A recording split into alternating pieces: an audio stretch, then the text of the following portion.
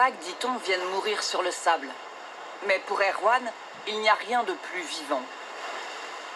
Il y a des animaux qui vivent dans les vagues, il y a des poissons, il y a des mammifères marins. Elles hébergent la vie. En effet, les vagues ne sont pas seulement un paysage ou une attraction touristique, elles remuent des nutriments sous-marins.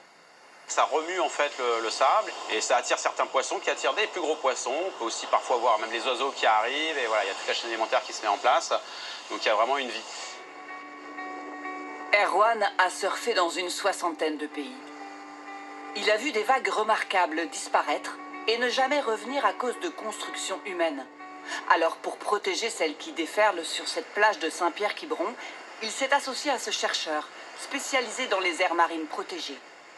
Car malgré leur puissance, les vagues sont fragiles.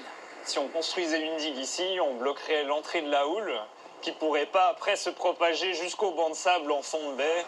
Et si on modifie le banc de sable ou si on le supprime, probablement que la vague va disparaître ou qu'elle sera modifiée à tout jamais.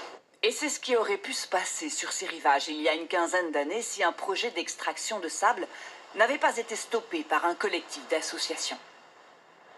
Rien en revanche n'est venu interférer la construction de cette digue en 1963 à Anglet, bâtie pour protéger le trafic portuaire.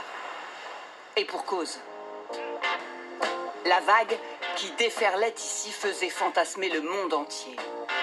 Et c'est même ici que les premiers championnats du monde de surf ont eu lieu en 1968. On se rend bien compte de la hauteur là. Donc on a 2 mètres à peu près, on a 4 mètres de vague. René Béguet l'a surfé. Eh ben regarde.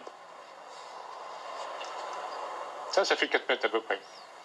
Alors je te donne ça. Et il s'en souvient pour la vie. Et là, je suis parti, je suis sorti, j'ai fait des virages. Là. Je suis arrivé sur le sable, je me suis posé sur ma planche. Et j'ai réfléchi, j'ai pensé à la vague que je venais de prendre, quoi. Ça rend heureux pour toute la vie.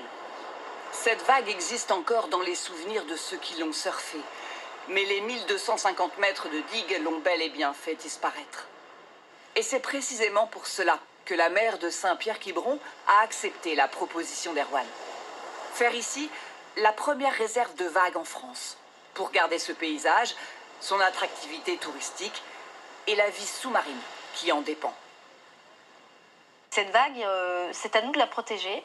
Donc on a pris une délibération en février 2022, délibération qui a été prise à l'unanimité pour engager le conseil municipal à ne jamais autoriser de travaux qui pourraient porter atteinte à la forme de notre vague. Alors la réserve, elle commence juste ici, à la pointe du Perchaud. Elle va jusqu'à La Truie et Port-Barras sur 1 kilomètre, jusqu'à 300 mètres au large. Ça fait un quadrilatère d'environ 1 kilomètre sur 300 mètres, ça fait à peu près 30 hectares. D'autres communes en France réfléchissent à faire de même.